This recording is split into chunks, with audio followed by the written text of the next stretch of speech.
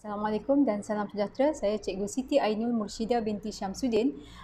Saya akan menunjukkan bagaimana cara penggunaan inovasi yang telah saya bina, iaitu portal Digital Classroom sebagai pemudah cara untuk guru, ibu bapa dan juga murid. Okey, kita terus kepada Google Chrome di mana kita akan search portal kita iaitu gg.gg.ppki.smkod. Jadi dia akan membawa kita kepada paparan utama bagi portal Digital Classroom. Okey, portal ini berfungsi untuk membantu kelancaran pembelajaran murid semasa di rumah, terutama semasa PDPR, tetapi ia masih relevan untuk digunakan apabila sekolah telah dibuka, terutama untuk murid berkeperluan khas yang menggunakan modul penggiliran ataupun yang terpaksa tinggal di rumah disebabkan oleh masalah kesihatan.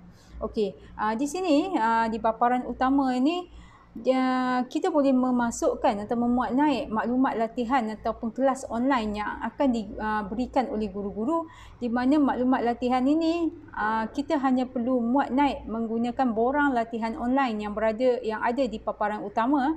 So kita pergi kepada borang latihan online yang akan diisi oleh guru. Jadi guru boleh mengisi borang latihan online ini menggunakan form ini, iaitu tarikh, subjek, kelas, tajuk, arahan yang akan diberikan, pautan nota jika ada, serta bahan jenis pautan iaitu link latihan di Google Meet ataupun bahan jenis fail bergambar, nama guru dan juga tarikh pada akhir latihan itu perlu dihantar. Okey, seterusnya apabila guru submit form ini, secara automatik latihan tersebut akan keluar di paparan utama seperti ini. Jadi murid hanya perlu klik kepada pautan latihan ataupun nota ini, maka dia akan dibawa terus kepada pautan latihan tersebutlah. Selain daripada menggunakan paparan utama dengan klik dan terus mendapatkan latihan, murid juga boleh menggunakan menu pencarian di sini, terutama bagi murid-murid yang mungkin bermasalah untuk mengikuti latihan mengikut masa yang ditetapkan. Mungkin ada juga yang ketinggalan latihan, terutama bagi murid-murid berkefungsian rendah yang bergantung kepada ibu bapa, tetapi ibu bapa bekerja. Jadi mungkin latihan-latihan yang backdated boleh diakses menggunakan menu pencarian di sini. Jadi murid tidak akan ketinggalan menyiapkan latihan. Seterusnya, selain daripada penghantaran ataupun perkongsian latihan, guru juga boleh berkongsi pengumuman ataupun hebahan-hebahan penting di Digital Classroom dengan hanya mengisi borang pengumuman guru ini. Di sini jika ada terdapat maklumat ataupun hebahan, maka guru boleh masukkan di sini, termasuk link kelas online jika ia melibatkan kelas online ataupun melibatkan Google Meet. Seterusnya, hebahan dan juga perkongsian maklumat latihan di paparan ini akan mengelakkan daripada lambakan maklumat di kumpulan WhatsApp atau Telegram ibu bapa yang mungkin menyebabkan ibu bapa ketinggalan, dan apabila latihan-latihan yang lepas, ibu bapa terpaksa scroll balik untuk mencari latihan yang telah lepas. Jadi ini adalah lebih baiklah, iaitu solusi untuk masalah itu. Seterusnya, Digital Classroom juga adalah satu tapak untuk merekod pelaporan PDPR murid, ataupun pelaporan murid sepanjang murid belajar di rumah, di mana menggunakan rekod murid. Murid boleh akses terus kepada kelas masing-masing, contohnya 2 kreatif.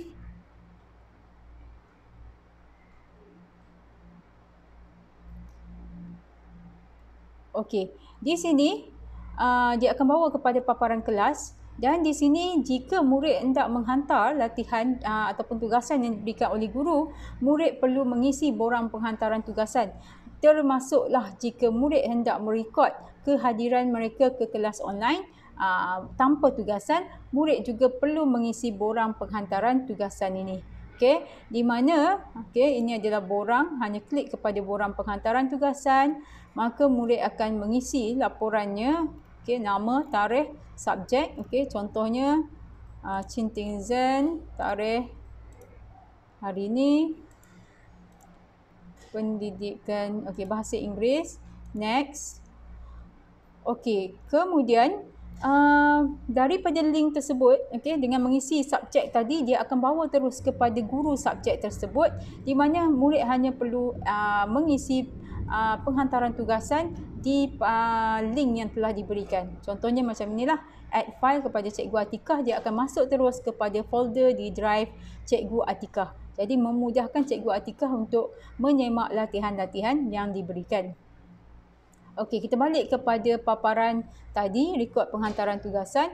Apabila murid telah mengisi penghantaran tugasan tersebut, maka dia akan keluar dalam bentuk paparan seperti ini, iaitu murid, dekat sini kita boleh nampak guru-guru hanya perlu klik kepada link itu untuk mendapatkan latihan yang telah dihantar oleh murid. Dan di sini juga guru boleh menyemak latihan siapakah murid yang telah menghantar latihan.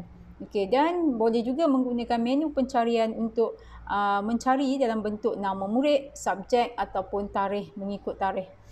Contohnya di sini Kok Entong pada 18 Mac telah menghantar satu latihan. So kita boleh tengok latihannya. Ini adalah latihan yang telah dihantar oleh Kok Entong. Jadi guru boleh menyemak latihan ini. Selain daripada itu, di paparan rekod kelas ini juga terdapat analisis penghantaran ataupun pelaporan tugasan murid. Contohnya seperti ini dalam bentuk graf, iaitu carta pie. Kita boleh nampak di sini Kok Entong adalah pelajar yang paling aktif yang menghantar tugasan. Diikuti oleh Fong Jun Hong. Dan kita juga boleh menyemak bilangan tugasan yang telah dihantar oleh Kok Entong. Contohnya matematik 9 tugasan. Dan seterusnya lah, bahasa Inggeris 6. Begitu juga dengan murid-murid yang lain. Seterusnya kita balik kepada halaman utama. Selain daripada merekod pelaporan murid, dia juga dapat merekod core curriculum. Maklumat core curriculum. Contohnya kita boleh pergi ke paparan core curriculum, contohnya pengakap.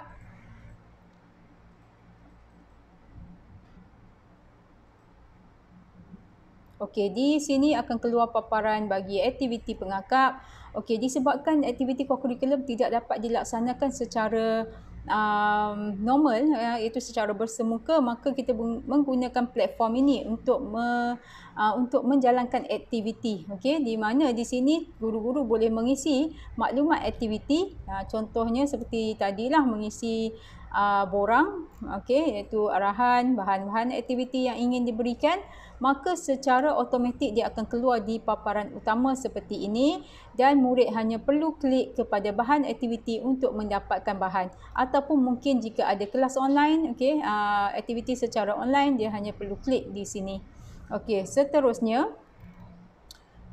murid juga boleh menghantar tugasan seperti mana tugasan tadi. Murid hanya perlu mengisi borang kehadiran di sini jika hadir ke setiap aktiviti, dan juga menghantar terus tugasan melalui borang, maka tugasan tersebut akan terus keluar dalam bentuk link seperti ini. Guru hanya perlu klik untuk mendapatkan tugasan yang telah dihantar oleh murid. Kita balik kepada paparan halaman utama. Selain daripada membantu dalam kurikulum dan co-kurikulum, Digital Classroom juga berfungsi untuk menghubungkan dengan bahan-bahan PDPC. Contohnya seperti buku teks digital di Dell 5. Kita ada video PDPC yang akan dihubungkan dengan Google Site, Pusat Sumber Digital PPKI SMK Orchid Desa yang telah saya bina. Di sini terdapat bahan-bahan PDPC dalam bentuk video PDPC, di mana hanya perlu klik kepada subjek yang ingin dilihat, maka paparan bagi bahan-bahan tersebut akan keluar. Seterusnya kita ada juga untuk rak buku digital. Yang ini akan membawa kepada paparan rak buku digital yang telah saya bina dan saya muatkan lebih daripada 150, iaitu 185 buah buku sebagai bahan bacaan di rumah. Okey, seterusnya boleh juga kepada bank soalan yang akan menghubungkan juga dengan Google Site bagi Pusat Sumber Digital PPKI SMK Orchid Desa, dan murid juga boleh mendapatkan latihan online mengikut subjek-subjek di sini. Okey, begitu juga dengan nota, ia akan dibawa kepada Pusat Sumber Digital PPKI SMK Orchid Desa dan hanya perlu mendapatkan bahan-bahan di sini. Dan seterusnya adalah permainan interaktif juga di Pusat Sumber Digital PPKI SMK Orchid Desa. Dan inilah permainan interaktif yang boleh didapati di Pusat Sumber Digital PPKI SMK Orchid Desa di alamat pendeknya adalah gg.gg/Cikgu Ainul. Okey, di sini kita boleh nampak ada bahan-bahan. Okey. Alright, selain daripada itu, ia juga dihubungkan dengan portal-portal yang lain yang melibatkan PPKI SMK Orchid Desa. Okay, seperti blog rasmi, okay, dan juga kepada Facebook. Alright, jadi itu sahaja cara penggunaan digital classroom PPKI SMK Orchid Desa. Setakat ini memang digital ini sangat-sangat membantu mengatasi masalah lambakan latihan ataupun keciciran latihan oleh murid-murid di PPKI SMK Orchid Desa. Saya pasti inovasi yang sama boleh digunakan di sekolah-sekolah lain melalui perkongsian dalam bentuk bengkel, tutorial ataupun dalam bentuk template yang boleh diguna pakai oleh sekolah-sekolah lain. Okey, itu saja. Jadi setakat ini. Bye. Assalamualaikum.